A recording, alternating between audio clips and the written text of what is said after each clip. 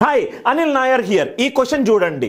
Walking at 12 kilometers per hour, Anil reaches school at 9 p.m. If he walks at 15 kilometers per hour, he reaches destination at 7 p.m. Anil అట school కి బయలుదేరేటప్పుడు right 12 కిలోమీటర్ల per hour speed తోటి వెళ్తున్నాడు, 9కి చేరుకుంటున్నాడు. అదే 15 కిలోమీటర్ల per hour speed తోటి వెళ్తే 7కి చేరుకుంటాడు. రైట్, స్కూల్ కి ఇంటికి మధ్యలో దూరం ఎంత? ఏమీ చేయకూడదు. ఈ రెండు స్పీడ్స్ మధ్యలో ఎల్సిఎం కనుక్కోండి. ఎల్సిఎం ఆఫ్ 12, 15 ఎంత? 60. ఎల్సిఎం బదులు ఆ రెండింటిని మల్టిప్లై చేసినా ఆన్సర్ వస్తుంది. 60 కిలోమీటర్స్ అని మనం అనుకుంటే 12 కిలోమీటర్ల పర్ అవర్ 60 కిలోమీటర్లు అంటే ఎన్ని గంటలు పడుతుంది ఆఫీస్కి వెళ్ళడానికి? 5 గంటలు.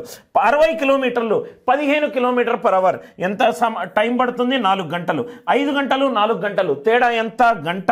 కానీ క్వశ్చన్లో తేడా ఎంత ఇచ్చాడు? 9 గంటలు 7 గంటలు. అంటే గంట 2 గంటలు అవుతే 60 ఎంత అవుతుంది? 120 అవుతుంది. ఆన్సర్ ఎంత? 120 కిలోమీటర్లు.